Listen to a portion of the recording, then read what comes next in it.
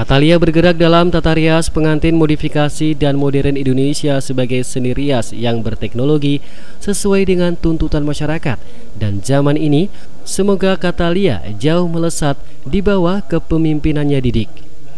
Didik terpilih untuk pertama kali karena dinilai mampu membawa Katalia lebih tumbuh, berkembang dan maju menahkodai roda organisasi. Acara pelantikan itu dihadiri pula oleh Wakil Bupati Nganjuk, Dr. Andes Marhen Jumadi, Ketua Go Yuni Marhen Jumadi, Ketua DPD Katalia Jawa Timur, Noni, Sekretaris Katalia Jawa Timur.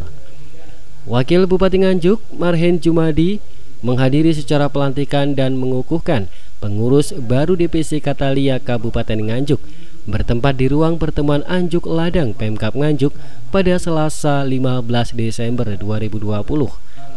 Dalam sambutannya, Wakil Bupati Nganjuk yang akrab disapa Kang Marhen itu mengharapkan agar para perias pengantin yang tergabung dalam wadah Katalia bisa nyawiji, berkolaborasi dengan terus meningkatnya keahliannya dalam merias pengantin dengan konsep modern dan modifikasi. Katalia di Kabupaten Nganjuk ini sebenarnya sudah lama berdiri, tapi baru hari ini dikukuhkan oleh pengurus dari DPD Provinsi Jawa Timur. Kita berharap betul bahwa Katalia ini kan asosiasi ahli tata rias atau ahli rias temanten, modifikasi dan modern, sehingga kita berharap betul bahwa Katalia ini eksis di Kabupaten Nganjuk, tapi juga harus eksis di Jawa Timur, kalau perlu di nasional. Sementara itu, Ketua DPC Katalia Nganjuk yang baru dilantik dan dikukuhkan Didik Purwanto menjelaskan bahwa Katalia Nganjuk di bawah komandonya akan mengadakan workshop secara rutin 6 bulan sekali bagi para anggotanya untuk menambah wawasan dan skill mereka. Di samping itu, ia menambahkan bahwa dalam agenda peringatan Hari Jadi Katalia tiap November akan menggelar nikah gratis bagi warga Nganjuk dengan jumlah kuota terbatas.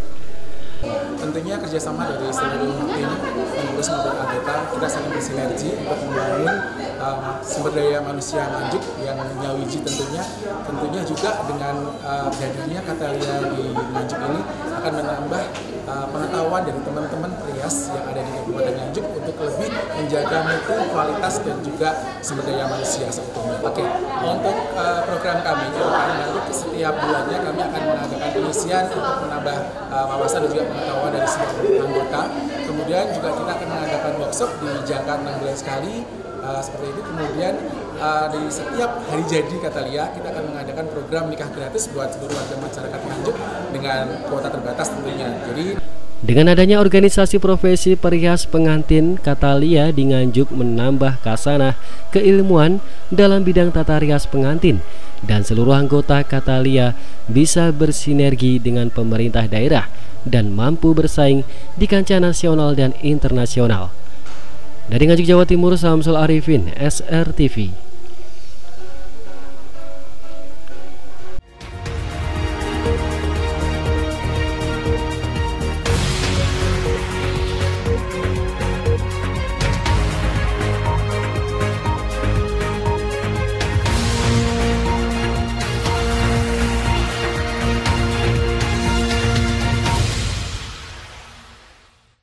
Presiden Joko Widodo menegaskan dirinya siap menjadi orang pertama di Indonesia yang menjalani vaksinasi virus corona.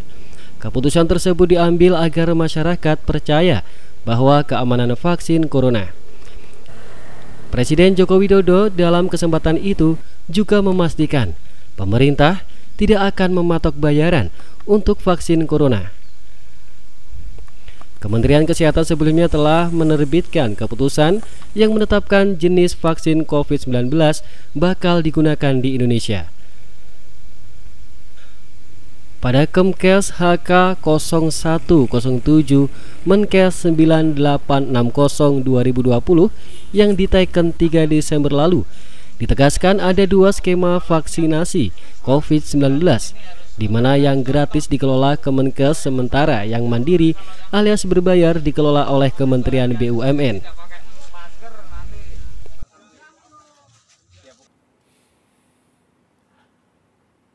Assalamualaikum warahmatullahi wabarakatuh. Hari ini saya ingin menyampaikan perkembangan vaksin COVID-19. Jadi, setelah menerima banyak masukan dari masyarakat dan setelah melakukan kalkulasi ulang, melakukan perhitungan ulang mengenai keuangan negara, dapat saya sampaikan bahwa vaksin COVID-19 untuk masyarakat adalah gratis. Sekali lagi, gratis, tidak dikenakan biaya sama sekali.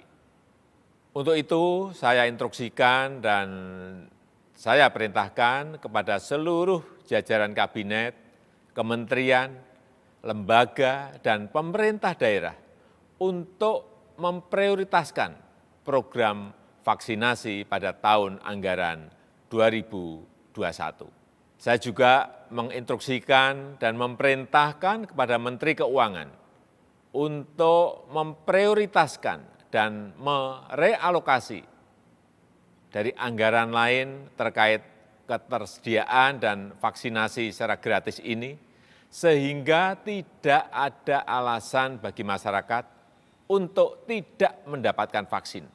Saya juga ingin tegaskan lagi, nanti saya yang akan menjadi penerima pertama di vaksin pertama kali. Hal ini untuk memberikan kepercayaan dan keyakinan kepada masyarakat bahwa vaksin yang digunakan aman. Terakhir, saya ingatkan agar masyarakat terus berdisiplin menjalankan 3M, menggunakan masker, menjaga jarak, mencuci tangan, untuk kebaikan kita semuanya. Terima kasih. Wassalamualaikum warahmatullahi wabarakatuh.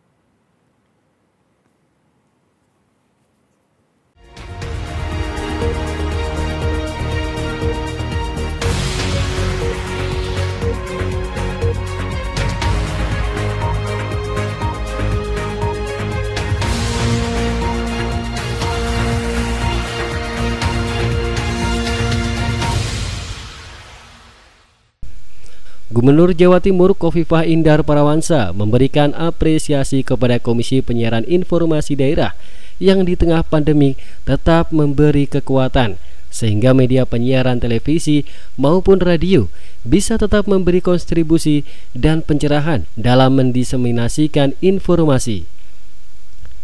Lebih lanjut dikatakannya, berbagai kegiatan secara visual dan dibantu oleh radio telah memberikan informasi terkait COVID-19, antara lain terkait rapid test, alat kesehatan disinfektan, hand sanitizer, dan sebagainya yang disebarkan ke masyarakat. Ketua KPID Jawa Timur Afif Amrullah, pihaknya mengatakan KPID mempunyai tugas dan wewenang, yakni pengawasan dan pembinaan terhadap penyelenggaraan penyiaran di Jawa Timur. Ketika ada sesuatu yang dianggap melakukan pelanggaran, akan memberikan sanksi, namun akan terus memberikan apresiasi kepada lembaga penyiaran, membangkitkan program-program siaran yang berkualitas kepada masyarakat Jawa Timur. Lebih lanjut dikatakannya, KPID Jawa Timur bersama Provinsi Jawa Timur akan bersinergi semakin kuat dan bersama terus mengedukasi, memberi informasi kepada masyarakat terkait adanya wabah COVID beserta pencegahannya.